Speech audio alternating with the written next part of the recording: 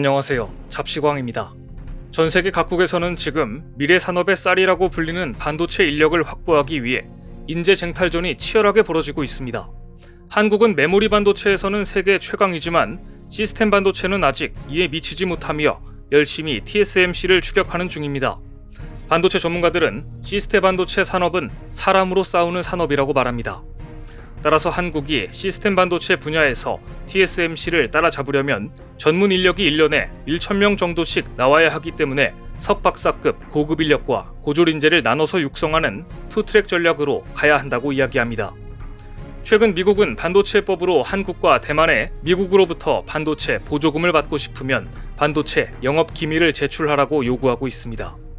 미국이 요구한 자료들을 본 한국 반도체 전문가들은 건강검진 문진표인 줄 알았다고 할 만큼 한국의 반도체 기밀을 세세히 요구하고 있어 경악을 금치 못했습니다. 미국은 중국 반도체를 견제한다는 빌미로 한국과 대만의 고급 반도체 기밀까지 얻어 반도체 산업을 다시 미국 중심으로 재편하려고 하고 있습니다. 그런데 미국은 과연 한국과 대만의 기술력만 있으면 시스템 반도체를 만들 수 있을까요? 많은 전문가들은 그렇지 않다고 말합니다. 사실 미국은 마음만 먹으면 반도체 기술쯤은 충분히 개발할 수 있을 겁니다. 문제는 미국의 반도체 기술 인력이 턱없이 부족하다는 데 있습니다. 이 때문에 미국은 반도체 기술을 빌미 삼아 한국과 대만의 반도체 공장을 미국에 지으라고 압박하고 있는 것입니다.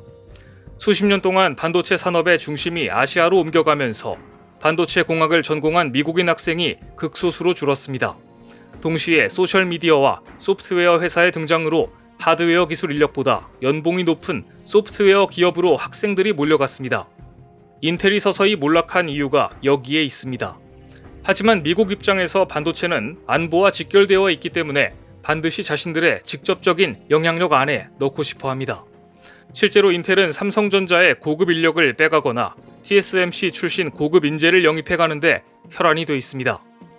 2년 전 인텔은 파운드리 사업 재진출과 함께 독립 파운드리 사업부 인텔 파운드리 서비스를 세우겠다고 발표함과 동시에 삼성전자에서 파운드리 사업을 담당하던 임원을 영입했습니다. 미국 실리콘 그래픽스, 반도체 기업, LSI 로직스 등을 거쳐 삼성에 입사한 뒤 13년간 반도체 관련 사업을 담당한 하오홍을 영입해간 것이 대표적인 일이었습니다. 이것은 인텔이 파운드리 시장에 재진출함과 동시에 세계적인 반도체 인재 쟁탈전이 시작됐다는 선전포고나 다름없었습니다. 지금 세계는 인텔과 TSMC 그리고 삼성 이 세 회사 간의 뺏고 뺏기는 반도체 인력 쟁탈전이 세계대전만큼이나 심각하게 벌어지고 있습니다. 인텔은 TSMC에서 무려 31년 동안 반도체 미세공정 분야에서 일했던 임원과 13년 동안 근무했던 설계기술 전문 임원을 빼갔을 뿐만 아니라 대만 파운드리 업체 UMC의 반도체 전문 인력과 삼성전자 북미 반도체 법인에서 약 13년 동안 일했던 임원까지 영입해갔습니다. 그런데 이렇게 반도체 인력 빼가기가 극심한 상황에서 중국은 코로나19를 틀어막기 위해 도시 봉쇄를 장기간 실시했고 여기에 질려버린 대만 출신 고급 반도체 기술자들이 봉쇄가 끝나자마자 대거 중국을 이탈하기 시작합니다. 중국은 지난 몇 년간 자국 내 반도체 산업 육성을 위해 대만의 반도체 박사학위 소지자 등 기술자들을 공격적으로 영입했는데요. 대만 반도체 기술자 3천여 명이 중국에서 일했는데 중국 반도체 기술자 중 7.5%에 해당하는 수치였습니다. TSMC에서 17년간 일했다가 삼성전자를 거쳐 2017년부터 SMIC의 공동 CEO를 맡고 있는 량멍숭이 대표적인 예였습니다. 그는 SMIC의 7나노미터 공정 생산 성공을 이끈 주역입니다. 하지만 코로나19와 미중 반도체 갈등이 많은 것을 바꿔놨습니다. 미국은 미국 시민권자가 중국 반도체 공장에서 일하는 것을 금지하면서 미국 시민권을 갖고 중국에서 일하는 중국인, 대만인 근로자들에게 중국 직장과 미국 시민권을 두고 양자택일을 종용했습니다. 직장과 시민권 중 하나는 포기해야 하는 상황이 된 것입니다. 대만도 자국 반도체 인력이 새나가는 것을 막기 위해 아예 대만의 헤드헌터들이 중국을 위해 스카우트 활동을 할 수 없도록 했으며 대만에 진출한 중국 기업들을 단속하는 TF팀을 만들기까지 했습니다. 그간 미국의 반도체 부흥 전략은 간단했습니다. 중국을 이탈한 대만 출신 기술자들을 미국으로 유도하고 TSMC로부터 반도체 기술을 전수받아 반도체 부활을 시도한 겁니다. 하지만 결과적으로 미국의 전략은 실패했습니다. 역시 이유는 사람 때문입니다. TSMC는 자사가 운영하는 애리조나 반도체 공장 가동을 위해 미국 반도체 기술자들을 대만으로 데려와 약 1년 동안 교육 일정을 진행했습니다. 그런데 1년 동안 대만 생활을 하고 미국으로 복귀한 미국 엔지니어들이 SNS에 TSMC에 대한 불만을 올린 것입니다. 이들 미국인 기술자들은 TSMC는 군사 문화를 가지고 있다. 보수가 업계 평균보다는 높지만 이를 위해서는 장시간의 근로를 해야 한다. TSMC 경영진의 피드백은 미흡하고 휴가도 성과 평가에 악영향을 미칠 수 있기 때문에 자제해야 하는 분위기다. 즉 미국 기술자들은 아시아 특유의 기업 문화에 전혀 적응하지 못했습니다. 반대로 올해 초에는 TSMC의 대만 출신 기술자들이 미국 공장에 가서 일을 하면서 미국인 근로자들과 업무 문화 차이로 극심한 갈등을 겪고 있다는 보도가 나왔습니다. TSMC 반도체 기술자들은 TSMC가 미국에 공장을 짓고 반도체 기술을 가르치는 것은 TSMC에 도움이 되지 않으며 자사의 연구 능력을 분산시킬 뿐이라고 혹평했습니다. 미국 기술자들은 TSMC는 군사 문화를 가지고 있다고 혹평했으며 대만 기술자들은 미국 공장 인력들은 야근과 잔업을 전혀 하지 않는다며 생산량이 형편없다고 지적한 것입니다. 모리스 창 TSMC 창업자는 이미 두 나라 기술자들이 여러 가지 이유로 융합하기 힘들 것이라고 예견했는데 이 예언이 정확히 맞아떨어진 겁니다. 그런데 대만과 미국의 반도체 인력들 간 갈등은 삼성전자의 예상 밖의 호재가 되었습니다. 대만 기술자들이 기업 문화가 너무나 다른 미국보다는 대만과 문화가 비슷한 같은 동양권인 한국의 둥지를 트는 경우가 늘고 있기 때문입니다. 실제로 얼마 전 삼성전자는 대만 TSMC 엔지니어 출신 린준청을 영입, 삼성전자 부사장에 임명했다고 밝혔습니다.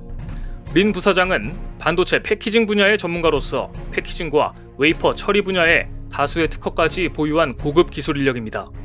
또한 삼성은 대만의 반도체 기업 UMC 출신의 차이위엔 천 상무를 파운드리 기술개발실 담당 임원으로 영입했는가 하면 애플, 엔비디아, 인텔, 브로드컴 등 미국 반도체 기업 출신 임원들도 다수 영입해 전진 배치하고 있습니다.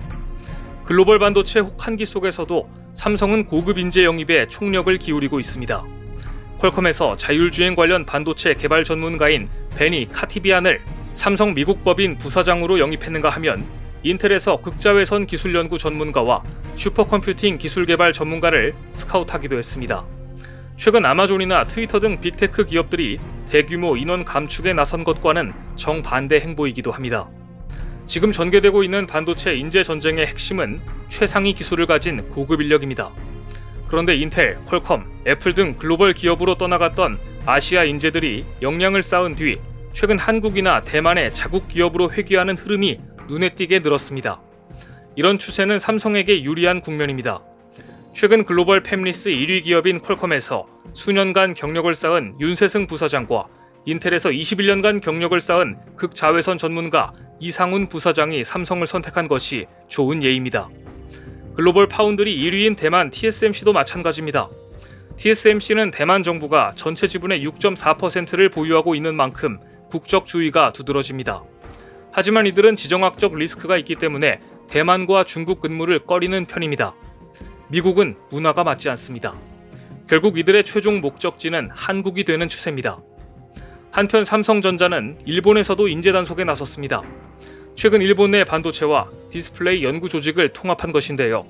삼성은 일본 요코하마와 오사카에서 복수의 반도체 관련 연구 시설을 운영해 왔는데 이를 하나로 합쳐 삼성 요코하마 연구소에 통합 R&D 시설을 마련한 것입니다. 삼성의 이 같은 움직임은 일본이 반도체 부활을 외치며 TSMC와 밀착하고 있는 가운데 현지 반도체 우수 인력을 일본에 빼앗기지 않으려는 포석으로 여겨지고 있습니다. 글로벌 반도체 분야에서 벌어지고 있는 뺏고 빼앗기는 고급 인재 쟁탈전을 보면 반도체 산업은 곧 사람으로 싸우는 산업이라는 점을 다시 한번 상기하게 됩니다. 한국은 앞으로 10년간 2,200억 원을 투자해 석박사급 반도체 고급 인력을 배출하기 위해 대대적인 투자를 할 계획인데요. 반도체 인재 확보야말로 경제적인 문제를 넘어 안보의 문제이므로 사람을 기르고 영입하는 일에 사활을 걸어야겠습니다. 오늘 준비한 소식은 여기까지입니다. 댓글을 통한 여러분들의 많은 의견 기다리겠습니다. 시청해주셔서 감사합니다.